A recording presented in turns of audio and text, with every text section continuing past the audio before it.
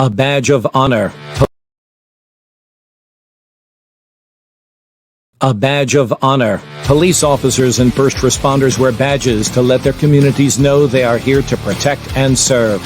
But that's not how it feels today, and the stress of the job is taking its toll, taking lives through suicide and post-traumatic stress injury. A Badge of Honor podcast features the cast of the same name, Sam Horwitz and John Salerno. Sam, John, and the team offer the first responders workshops through their critical incident stress management teams and mental health liaisons to offer state-certified T-Cole credit programs that save lives. It's time to smash through the stigma. It's time to heal from your injury, and it's time to back our blue. Welcome to A Badge of Honor podcast. Here are your hosts, Sam Horwitz and John Salerno.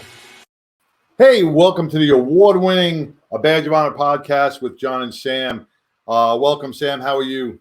Hey, doing great. And let's thank our major sponsor, OBBM Network.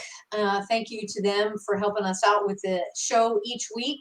Couldn't do it without you. And hey, everybody, whether you're watching us live here or listening on your favorite podcast app, we welcome you to another fantastic and fun-filled, informational Monday podcast.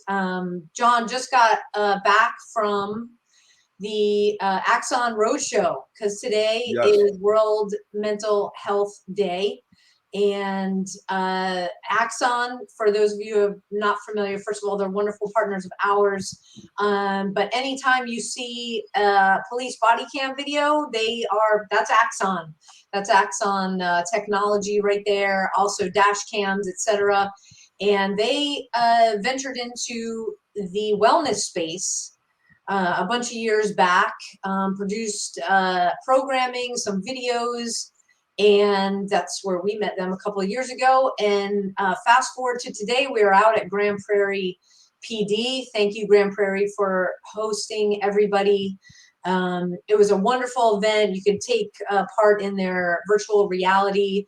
The road show, I mean, they are hitting city after city out at different departments. It's a giant 18-wheeler.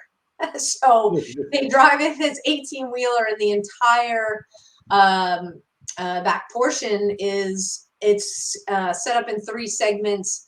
And so we did some filming out there. The officers and the other first responders could come out and participate in, like I said, some VR activities and some other fun things. And it was a chance to really shed light on what mental health means, both from a first responder aspect, but also from the world aspect, because mental health, whether you're in a first responder role or you're a citizen, you know, it affects you. So thank you, Axon.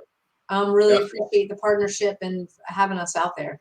You know, speaking about mental health, and I just saw, Conrad just signed on with PTSD 911, the movie that's going to be coming out and being released real soon. Actually, next month, correct? November 3rd. November 3rd here. And Texas is one of the primary places where it's going to open its show over in, Irving, right? Irving, yep. Irving. So please be sure to look at our website to get tickets and get registered for the first showing of PTSD 911, the movie by Conrad Weaver. It's very impactful. I saw a lot of the trailers. It is going to be one hell of a movie. I tell you, he spent a lot of years on this movie, doing a lot of interviews with first responders all over the country. And one thing I think I love that he hit on was when we talk about post-traumatic stress, when we talk about stress injuries in our first responder, everything seems to focus around either the law enforcement aspect or the paramedics. You know, we seem to forget the firefighter aspect in that because, you know, they're tucked away in their own little home, sleeping in their beds, playing their Nintendos. But, you know, they do get that same stress. They are affected in the same exact way as law enforcement and paramedics and 911 telecommunication officers. Same thing. PTS is PTS. But we seem not to focus so much on that. And I think that's a sad fact, because we've had a lot of firefighter suicides in the last couple of years, and they kind of get tucked away.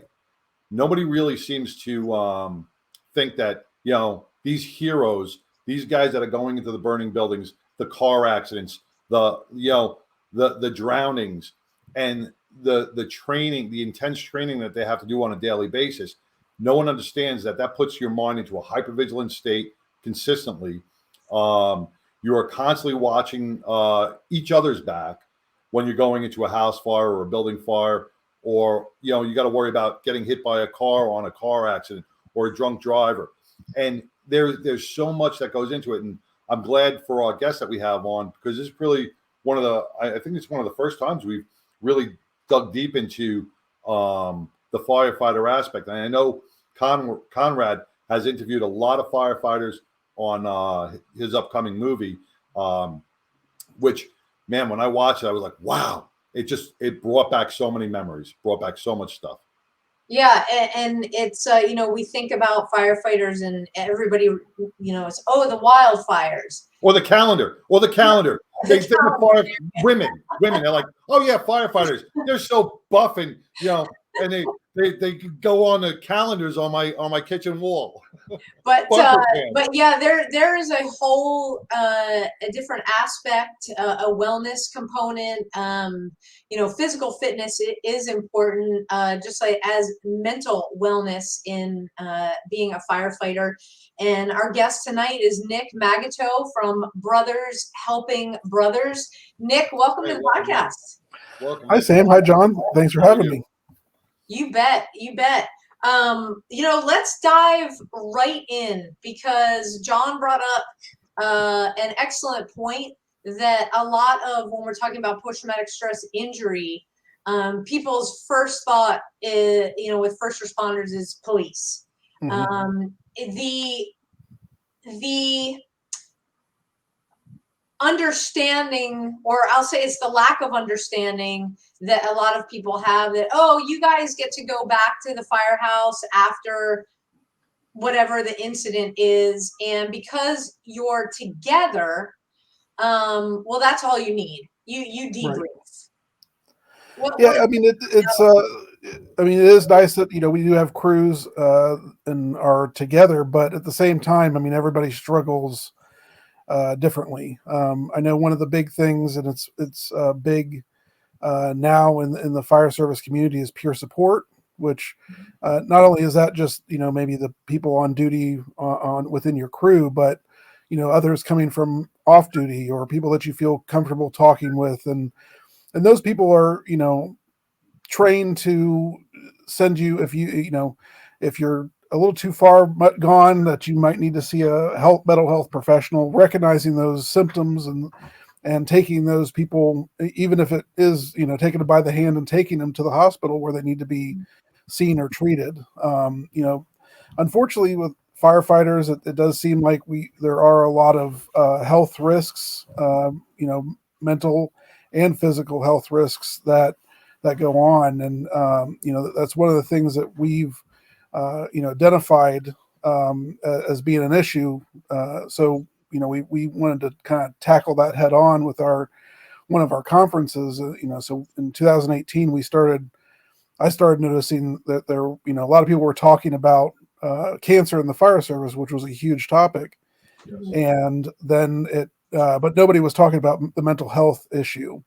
And the mental health piece is just as important as the cancer piece, just as important as exercise and sleep and all nutrition and everything else. But back in 2018, it was still kind of one of those things that a lot of people didn't talk about. So I got with some other people that bring in some speakers to our area, and start our Firefighter Health and Wellness Conference. We basically intertwine things. So you came to hear about cancer research and things like that, and then you got a dose of what you needed to hear, which was about mental health and things like that, and trying to identify those issues. And it's been interesting because we've kind of gone almost as a complete 360 where, now we have, like last year's conference, we had a lot of people that were there for the mental health element of the conference, and not as many people that were there for the,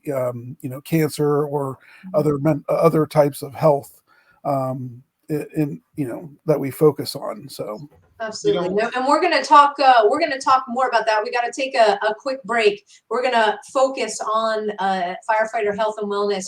You're listening to a Badge of Honor podcast with our guest tonight, Nick Magoteaux, from Brothers Helping Brothers. We'll be right back. Stay tuned.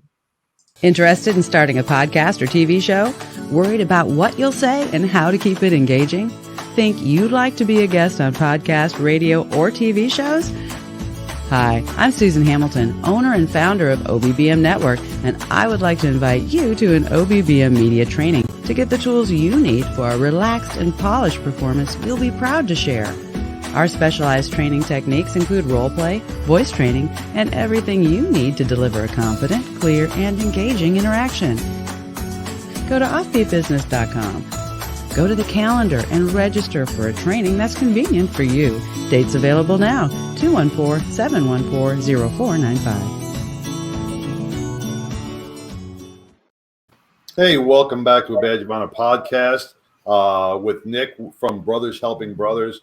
We're diving deep into a couple of different issues here because there's a lot of topics that firefighters go through that we really need to focus on as a first responder. When you talk about the cancer issues that we just left off on, those are issues that we see these commercials, and I'm sure everybody's seen it. Camp Lejeune, if you drank the water, all these different lawsuits that are going on for the cancer for our veterans that happen. We don't see any commercials on the big fires or the toxic fires that these firefighters have been exposed to over the years, or the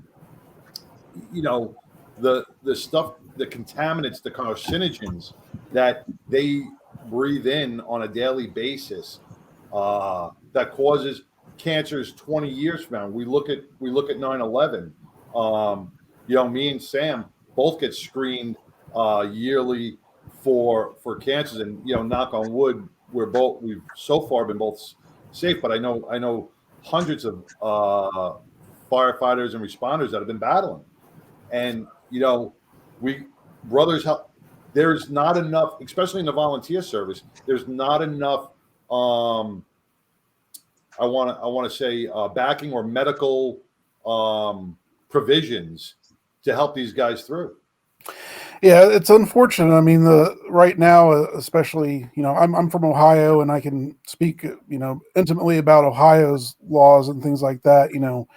Ohio does have a presumptive cancer law. Most states do these days, which is great, progress. But a lot of them, do only focus on the professional firefighter, and sometimes leave out the volunteer firefighter when, in fact, volunteers, are diagnosed with cancer just as much, if not more often, than professional firefighters. So it's definitely a crazy world, especially when you consider not only are you have your daily carcinogens as you see in fires and things like that, but even the gear that the firefighters are wearing. They have what's called a forever chemical in them. It's called PFAS. And the PFAS has been proven to be a human carcinogen as well. So not only are you going into environments where you're exposed to carcinogens, your gears contain carcinogens, and you're inhaling that, absorbing that in ways that we are still researching today, and trying to figure out how harmful this is for firefighters. Just like you said, John, with Camp Lejeune, there's many fire departments, not only fire departments, but military fire departments that are still using the AFFF foam that, again, contains the PFAS chemicals in it, and is contaminating the drinking water. I mean, I could vividly remember when I was a volunteer firefighter, we went to this we went to like, basically it was somebody was burning a bunch of junk, and we had gone there once, put it out. We had gone there twice, put it out. We gone there a third time, same day. The third time we're there, the chief's like, I'm sick of this. We're going to put foam on this. I said, oh, okay. So we started pouring foam, and he's like, hey, put the concentration up on like 1, which is 1% is a lot of foam if you know. We used to fill a firehouse with it. Right. And I mean, you're getting it in your mouth and everywhere, and it's just, but we didn't know what it, everybody's like, oh, it's safe. Don't worry. It's not bad, but again, it's a hazard of the job. And, as things progress, I mean, we're starting to get more and more smart about these things, obviously, and there's more and more research coming out, but, and more laws prohibiting the use of those particular chemicals. But it is something that, firefighters face on a daily basis. I mean, even just the schedule of a fireman or a firefighter or even a volunteer firefighter is considered a human carcinogen. So, the shift work. Yep. Shift work is considered a human carcinogen and is something that is, harmful for you if especially in prolonged times, working those 24/48s, or even some of these, crazier guys that work 48/96. It could be very tasking, especially on the body and the mental health and everything. So it brings your immune system down. It knocks everything down.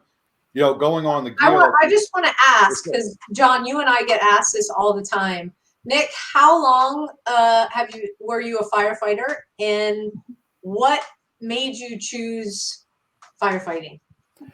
So I was a firefighter for 10 years. I've kind of since hung up my helmet and now work in the private sector. But I originally started out, ever since I was a kid, I wanted to be a cop. So I was like, I want to be a police officer. So I started at my local sheriff's office originally as a corrections officer, because I was the first step into becoming a police officer. So I started doing that.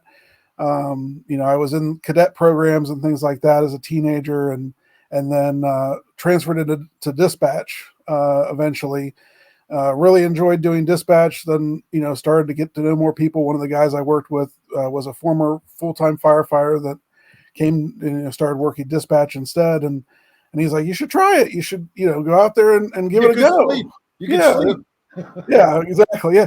Think about it. You only work, 21 day every other day, it's great, and so I went ahead and, signed up for, first I started with my EMT, because here in Ohio, you have to be dual certified. So started with my EMT, made it through that, went through the fire academy, did that. And I was like, man, this is not that bad. This is pretty good. So, started my career, unfortunately, in my area, during the times that I was a firefighter.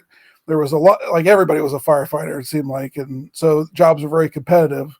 And, so I worked at 3 part-time departments to make ends meet. And eventually that just took the toll on me, especially because I worked 2 departments that were urban departments, pretty busy. One of them, we take 8,000 calls out of 2 stations a year. So we were quite hopping. So, those were days that you didn't get much sleep. So after some time, I ended up going into the private sector but still continue, doing the Brothers Helping Brothers, and continue the work that, I was passionate about when I was a firefighter as well. You brought up the gear aspect, and when we talk about volunteers, and I when I was a firefighter back in the late 80s and 90s, it was cool to keep your gear filthy. You were salty, you were seasoned, you were a seasoned veteran. Never clean your helmet. You'd be pissed off someone killing your helmet. Yep. But nowadays, now it's mandatory in a lot of departments after each call to clean your gear, because each paid department, those guys are issued 2 sets of gear. A volunteer fire department is on a limited budget. Those guys do not have the resources or the means to purchase 2 sets of gear. Right. So a lot of them go a long time without cleaning their stuff. So they are constantly breathing that stuff in.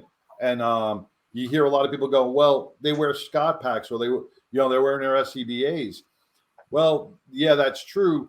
But, when a lot of people don't know what, like with fire, you'll wear it for the initial fire, but you're going to take it off during an overhaul.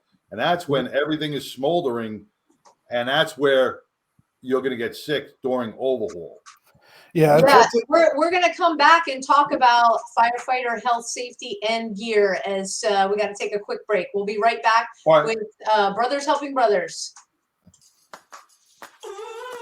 Move freely, America, without medical restrictions or penalty. Without medical freedom legislation in place, our rights and freedoms are one vote away from being dissolved. Move freely, America, with one voice, without fear of retribution, achieving a common goal, medical freedom. We the people make our voices heard by connecting with state legislators and engaging a constitutionally compliant medical Bill of Rights for all citizens. Individually, change is improbable, but as an aggregate, attainable. It's time to act with one voice. My voice. And my voice. And my voice. And my voice. To protect our freedom, creating one voice that cannot be ignored. This requires your voice, too. Move Freely America. Go to movefreelyamerica.org to find a chapter near you. Plug in, donate, and help our legislators defend our God-given rights under the Constitution. Move Freely America. My voice. And my voice. And together with your voice, we're one voice that cannot be ignored. Donate today. MoveFreelyAmerica.org. Hey, welcome back to a Badge of Honor podcast with John and Sam. We are talking with, we're talking with Nick from Brothers Helping Brothers. Welcome back, Nick. How are you? Oh, sorry. Got a little thing caught in my throat. It's all the smoke I've been breathing in. There you go. When we talk about the now, let's look at that physical aspect of cancer, right? Mm-hmm. And now we're going to slowly transition into the mental aspect, right? So when you're a young firefighter, you start learning about the cancers that you could have when you retire. That weighs heavy on your mind, right? So that right there too. Now you're worrying about cancer scares and screenings and what's going to happen later on in life. That puts your mindset into a different focus. On top of everything else you have to deal with, now you got the medical, the mental, and the physical aspects clashing together, right? Right. When you turned around and talked about the peer support within the fire department, and I think it's great, but we look at peer support as a crisis intervention. When they have a bad accident or a bad fire or they lose a firefighter, right? They do not have I haven't seen, I could be wrong, I haven't seen, and I've been in a lot of firehouses, the posters on the wall for stress decompression, for resources to reach out to other things, because yes, we have those big calls, but that's stacked trauma. That's going to come out one day, all right, and that's going to cause a lot of problems. And you in Ohio, are they doing anything about that? Are they addressing it in any way? Yeah, so I think things are slowly starting to change. I think the departments are more and more realizing it. Here in Ohio, we were fortunate that the governor put towards some of the American Recovery Plan money, specifically towards mental health for first responders. I've seen a lot of departments, police departments, fire departments are moving towards having like a wellness officer that kind of coordinates this. I know our local department here in Dayton actually has clinicians that visit the stations. So even if there's no, not after a call or anything like that, they're continuously coming in and checking in on the firefighters. That's awesome. They're getting, feedback from people like, hey, you might want to talk to, Joe. He's been having some, a lot of marital issues or something along those lines. And just being able to recognize that, I think is the most important part, and it's nice to see that there is some progress towards it, where there are, people out there that are, departments out there that are actually, being involved in it and actually doing something about it.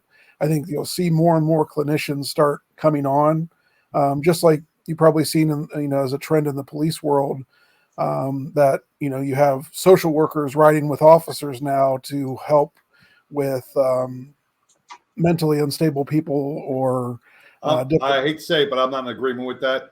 I'm just, I have It's to. it's a I'm gonna little put bit that- of a liability, Yeah, but I put that out there yeah, because it's different. yeah, especially on the law enforcement, the social workers working. I think social workers are great after the fact, right. but that's just another person that an officer's got to worry about in a patrol car and on a scene. It just puts. I'm sorry, that's just my personal.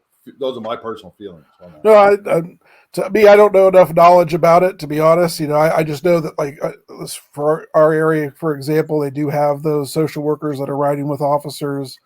But I think that will see more clinicians in the settings with the officers, hopefully with firefighters. I know I actually just went to a retreat a couple months ago that's held in Columbus. It's a great retreat. It's called the Bridge Retreat, and specifically not only just for firefighters, but it's specifically for police, fire, EMS, corrections, 911. It's an all-encompassing retreat, and they have breakout groups for each of those areas during the weekend. It's completely free. Wow. It's a really great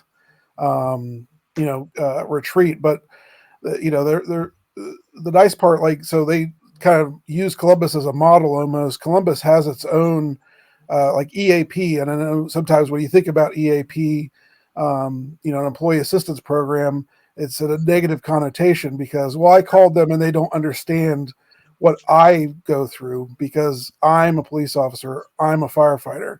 And yeah, that is true, but they kind of recognize that, and they've started their own EAP program where they have people that specifically know knowledge about first responders. They're actually even opening up their own health and wellness or mental health program within the city, similar to kind of like the IAFF has in Maryland. So it's really great to see that there's steps forward.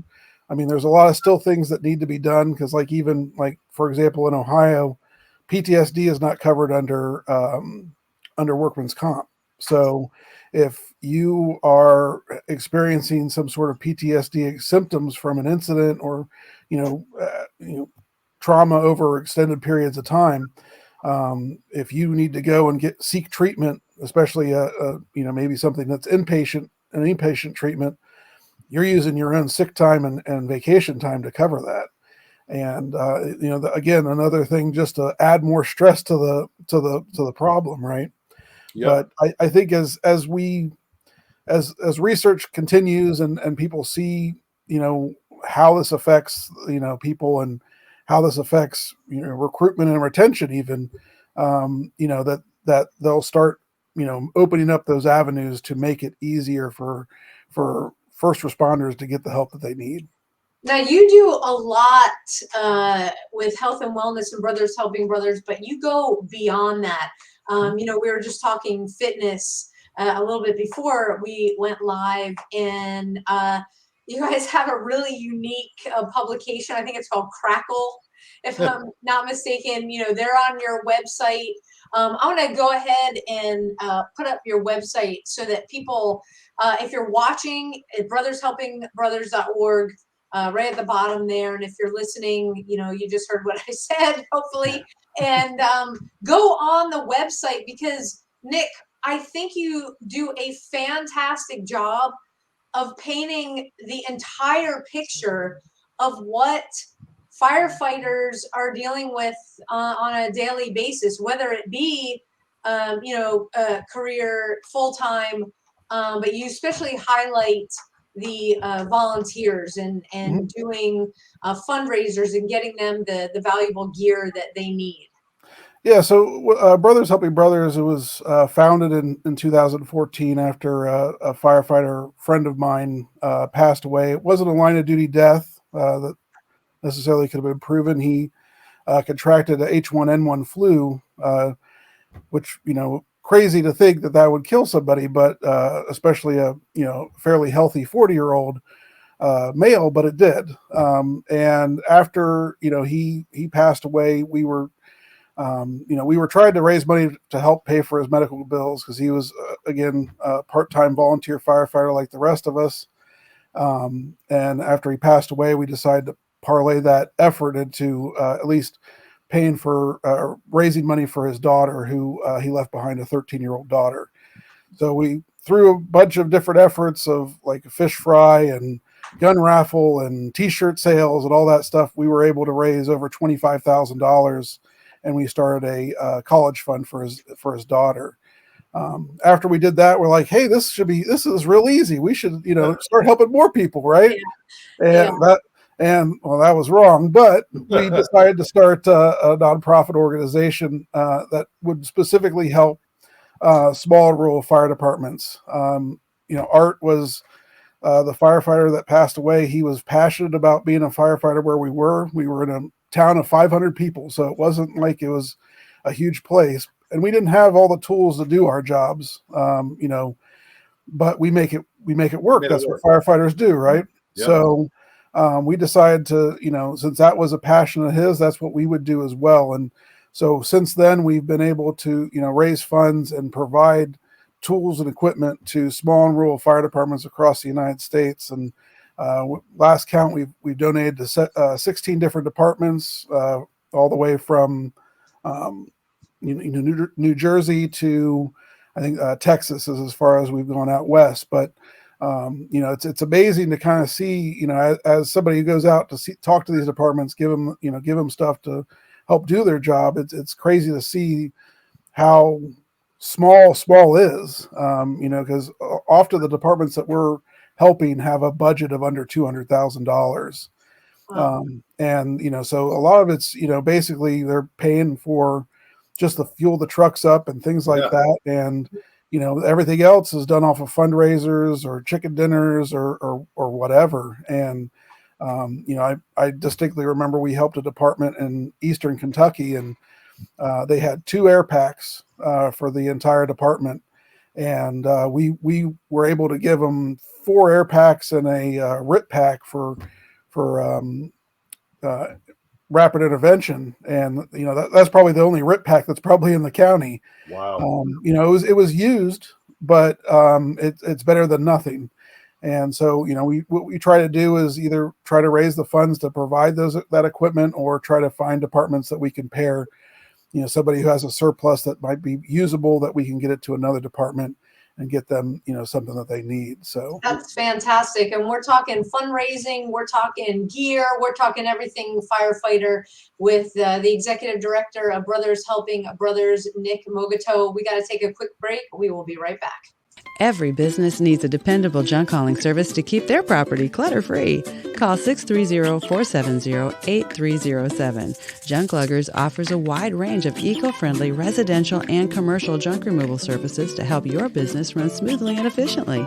Book your no-obligation estimate with Junk Luggers today.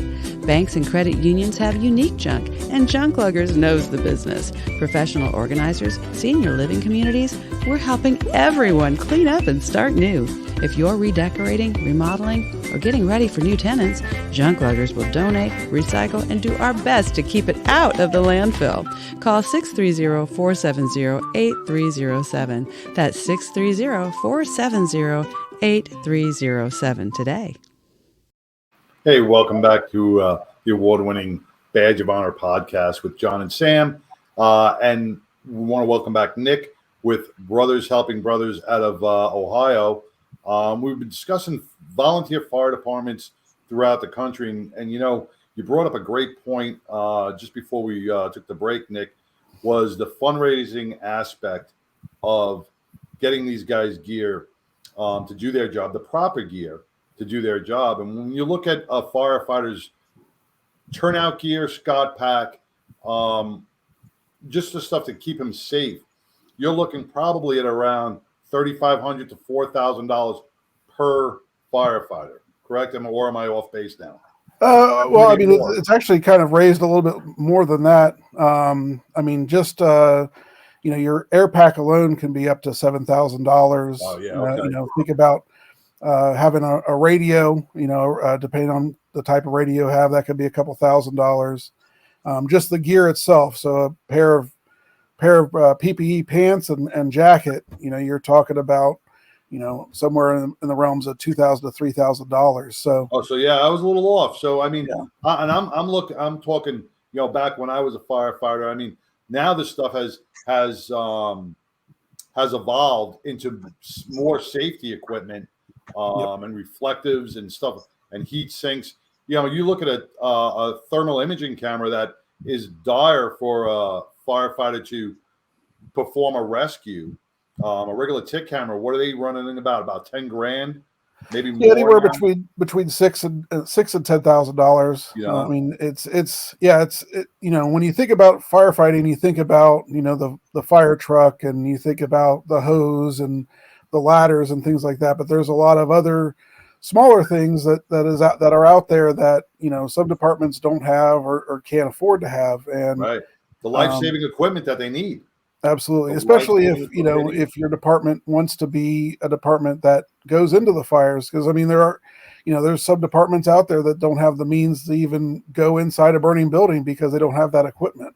Right. And as you talk about even your fire gear and stuff like that, fortunately, unfortunately, gear has a shelf life too. So a lot of departments, especially the smaller rural departments, they're not able to keep up with the standards of today.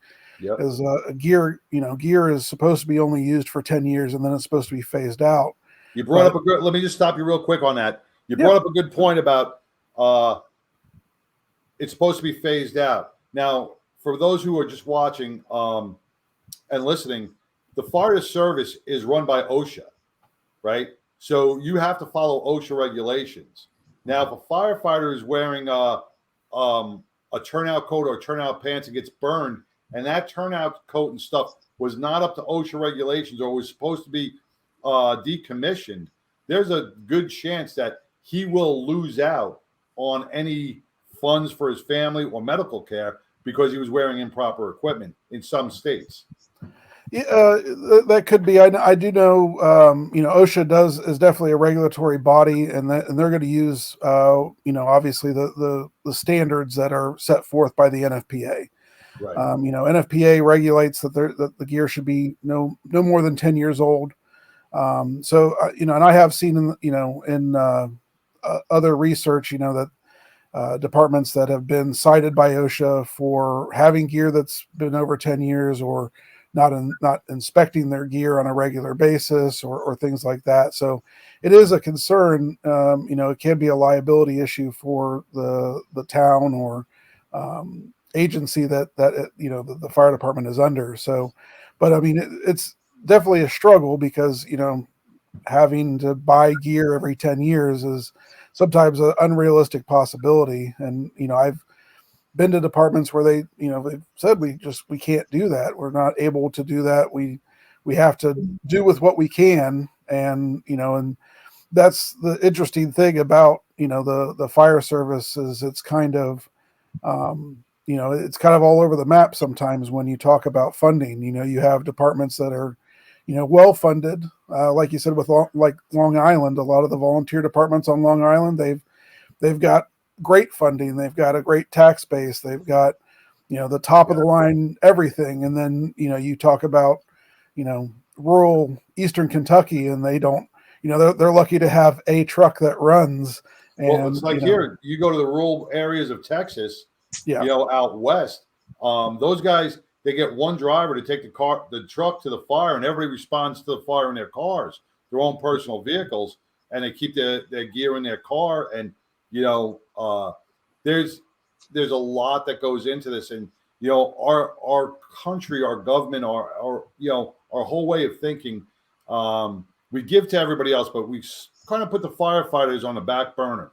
We kind of put our first responders on the back burner when it comes to safety equipment and medical care and post-traumatic stress. And, because I think a lot of the politicians and a lot of the parts of the government in certain areas look at us as robots. Like, all right, they're not complaining because firefighters and cops rarely complain. They'll complain to each other. They'll complain to their spouses, but they won't complain. They won't get out there because they have the passion and drive to do their job. That's what they were born. That's the cloth they were cut from. Yep. And they don't complain. So they kind of get put on a back burner in a lot of places, and they're not valued as high as they should be in a lot of governmental agencies' eyes.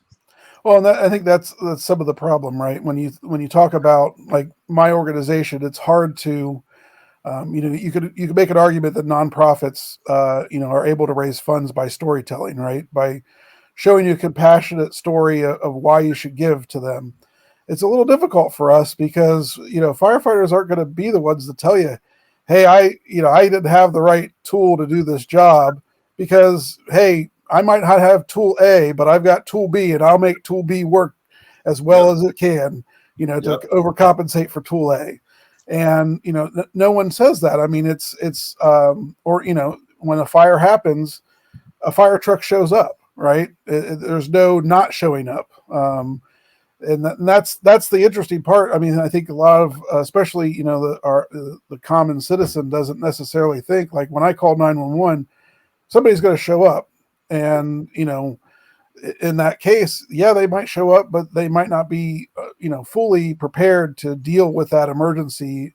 And that's, where we have to kind of bridge the gap, right? Where we have to say, listen, there is an issue out here, especially, in your rural America, that not only do you have departments that are might not have necessarily the right equipment, but you have a volunteer base that is just crumbling.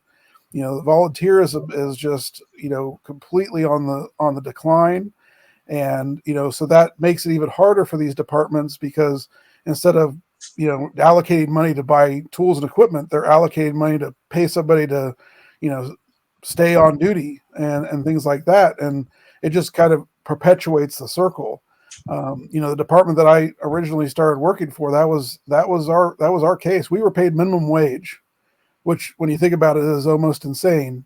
We were paid minimum wage, and that was pretty right. And that was pretty much, the all the money that we had. We had enough to put fuel in the trucks and pay payroll and maybe buy a tool here and there. But, when it came to those big purchases, like, purchasing a new fire truck or purchasing a new ambulance or purchasing a new thermal imaging camera or, new turnout gear, things like that, those were major purchases that, would have to be put off longer and longer and longer because the tax base wasn't there to, allow for people to be paid and to have those the newer equipment as well. Well, we're talking to Nick Magoteaux from Brothers Helping Brothers, the realities of firefighting. We got to take a quick break. We will be right back.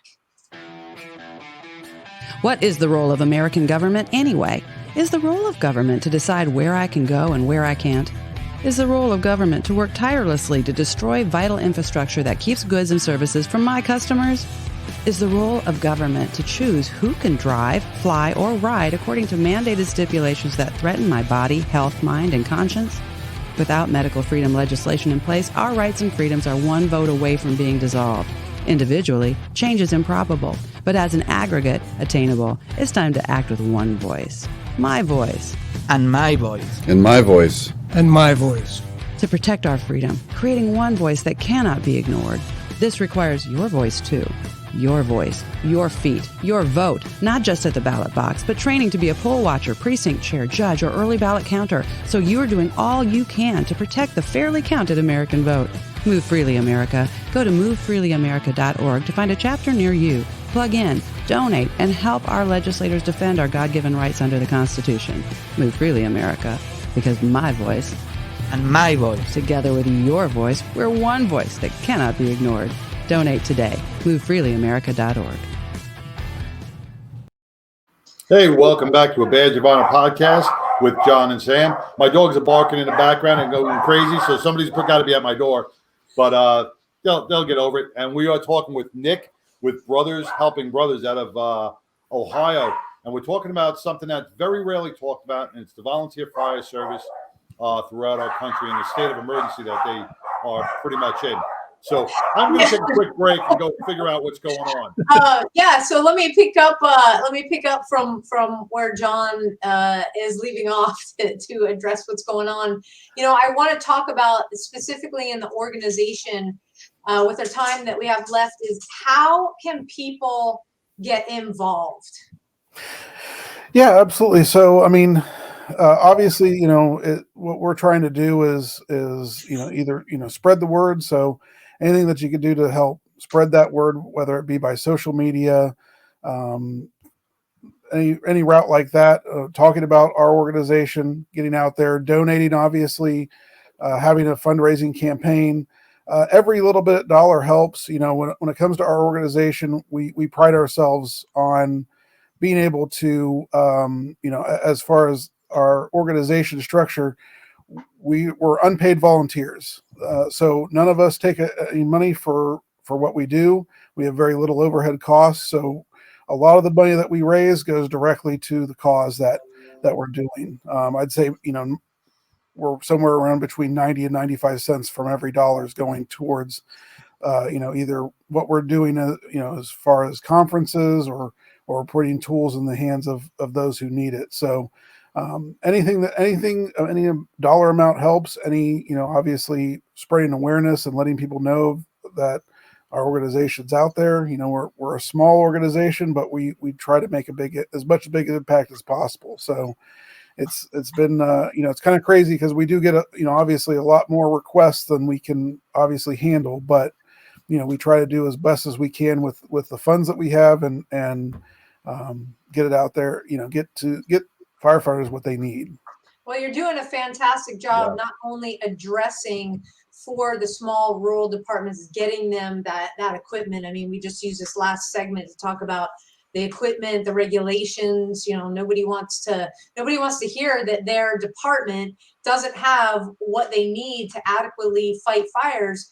I mean, it should be a community concern. So if you are watching or listening and you live in a smaller town, hey, pop by your local firehouse, ask them what they need, have a conversation, show that you're a concerned citizen, but that you're thinking about your neighborhood and what it would mean to the firefighters in your area, especially if they're volunteer, to have you rally around them. Reach out to Brothers Helping Brothers. Their website is brothershelpingbrothers.org.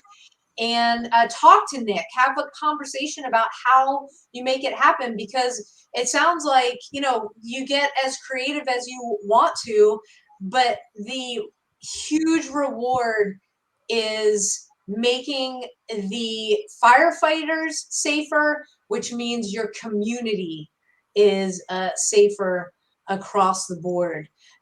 Nick, any final thoughts that you have for firefighters, for firefighters' families that may be listening? Of course, get to your health and wellness conference. And when is that?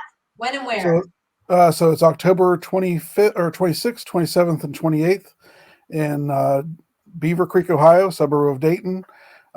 It's at the Hilton Garden Inn. If you go to our website, there's a link there, or you can go to events.brothershelpingbrothers.org and sign up from there. My advice to any firefighter listening or family listening is take your health seriously. Make sure that you're doing those small steps to reduce your risks, and obviously, for the younger firefighters, you're not going to live forever. So making sure that you do this now while you're still young is going to ensure that you live long and retire healthy and be able to live a healthy retirement as well. Oh, yeah. Those are Let me add one more thing on that. And to everybody that's listening, when we look at these grassroots organizations such as Brothers Helping Brothers, they're small, charity-based, that give back to the communities. Remember these small grassroots organizations when they come around and when they have their fundraisers, because it is so important. If you look throughout our country, this is what's raising money for our first responders, our veterans, and there's a lot of men and women that put a lot of time into their daily lives on top of their own work schedules, their own family schedules, to make sure they're making a difference in someone else's life. And Brothers Helping Brothers is doing that. They're hitting a very critical issue when it comes to rural fire departments and the life-saving measures that need to be taken, and the equipment that they need to have. So, before you go donating to one of these big charity events, look at these grassroots, because these are the guys that have really got the boots on the ground and are really making a difference within a community. And you said, it's one community at a time. You can't help out everybody, but like me and Sam always say, if you save one life, you can't save them all, but you could save at least one at a time. You could save Absolutely. one community at a time. And I think Brothers Helping Brothers is doing an amazing job. Thank you. Absolutely. Thank you so much, Nick, for joining us this evening. I left the website up there. Again, it's brothershelpingbrothers.org. There's a donate button right at the top. Go on there, John. You make a great point and help these guys out. Nick, thank you so much. Thank you. Thanks, Sam. Thanks, John, for having me on the show. You you're bet. very We'll welcome. be in touch. Talk to you soon, Nick. Sounds great. God bless. Thank you so much. All right. Night. Wow, that was fantastic. Again, brothershelpingbrothers.org. Think small when it comes to giving big. There you go. That's a tagline. I like that. I like that I just tagline. made that up. Okay. So I love that tagline. Yeah. Think small when you think. Yeah, when you want to give big. It Write is that down. important. Write that down, or you're going to forget it. We can't have healthy communities without our firefighters. Just like we can't have healthy communities without our police officers. So let's think about that. And the healing aspect. Nick is having a great health and wellness event at the end of this month. There's a lot of things going on for health, wellness, and healing. And the 22nd, well, first we'll be out at IACP. Let's not forget IACP, which starts on Sunday. That's when the exhibits open, when the vendors open.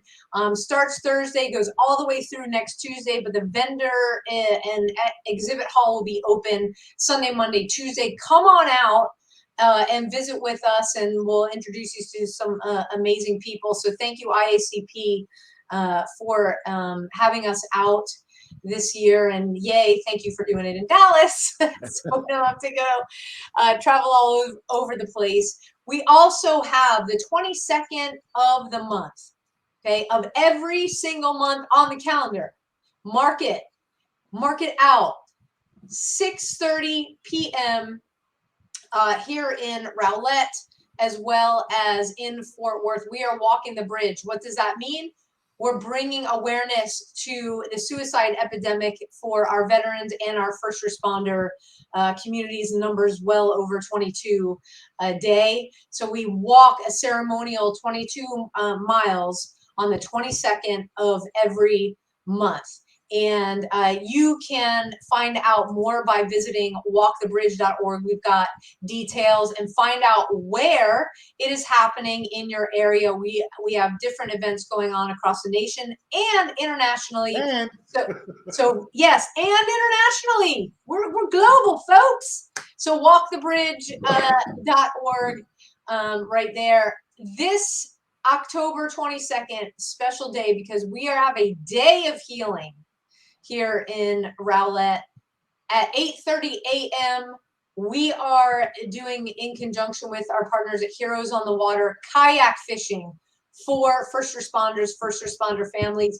Small, making it intimate. We only have 10 boats. So if you would like to get yourself signed up to come out for a really incredible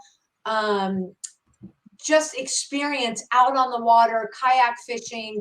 We got breakfast, we got lunch coming, but to spend time together as a first responder community, what you want to do is you want to visit a badgeofhonor.com. You want to click on our events tab, and it will take you, you look at we've got a calendar up there, just click on it and register. It's critical that you register so that you can be assigned a boat. So we don't want you to miss out. So that's the 22nd of this month. Come on out in the morning, 8:30 a.m. here in Rowlett, and then stay, and you'll end the evening with us 6:30 p.m. With Walk the Bridge. Again, it's all on abadgeofhonor.com. Just click on that events tab. And, you know, I will be remiss again. It is World Mental Health Day. A huge shout out to Axon for having us out today, to Grand Prairie PD, the Axon Road Show. We talk about the healing aspect or first responders of our veterans. And we need to talk about one of, you know, I'm going to brag on them big time. I love the folks that carry the load. Been involved with them since 2015. Continue to participate, and we are, John, it's a blessing to be partnered, national nonprofit partners with Carry the Load. They are really all about health, wellness, healing, equipment, awareness, you name it, making sure our active military, our veteran community, and our first responders, law enforcement, EMS, firefighters, dispatch, that we are a community that is taken care of in a way where they're able to give some funds out each year. And you know, I was going to say that, Sam. I was going to say that about Carry the Load. They're like that hub of all the grassroots organizations throughout the country, and they help those grassroots organizations help their communities. Exactly. And I think that is a well-needed organization. It's a well-oiled machine that really does a wonderful job each and every event that they run, because there are so many organizations that need their help. Yes, and if you saw our vehicles lately, you know, we have our vehicles that are logoed. Thanks to Skins Wrap, that's Skins with a Z in Dallas, and we've got our partners on there. We've got Heroes on the Water. We've got Carry the Load on there because we don't do this by ourselves. Okay, and one of our major partners is the Garland Police Department. On Veterans Day, November 11th, we will be out at Garland PD with another 8-hour workshop, Healing Our Heroes. Let's talk about what post-traumatic stress injury is. Let's talk about how we work through it, because we know that the longer we're in our jobs, we're going to have some issues. Yes. And right. It's about building your resiliency toolbox. Let's do it now. Let's do it together. And John, take us home. Man, you just said it all, but it's building that resiliency toolbox, becoming vulnerable, becoming transparent with your issues, not being afraid to share your inner demons and start the process of healing. You know, we hear you, other people hear you, but you guys got to take the first step. Take that first step. It's hard, but you know what? It's so much easier to walk that path and that journey for the rest of your life once you start speaking how you feel. And then we'll help you in the workshops. Stay mentally healthy, stay physical healthy, and stay nutritionally healthy. And you'll see your body becomes more imbalanced, and you'll work out. Your mindset will refocus out of the stress that you deal with each and every day. But that's about it, Sam. And until next week, you know what? We hear you. You are not alone. And if you can do anything in this world, please be kind. Take care, John. Thanks, everybody. A Badge of Honor podcast is produced for the OBBN Network podcast and protected under copyright law. For content permissions, please submit your request to abadgeofhonor.com on the content page. For OBBN Network programming information, please call 214-714-0495 today.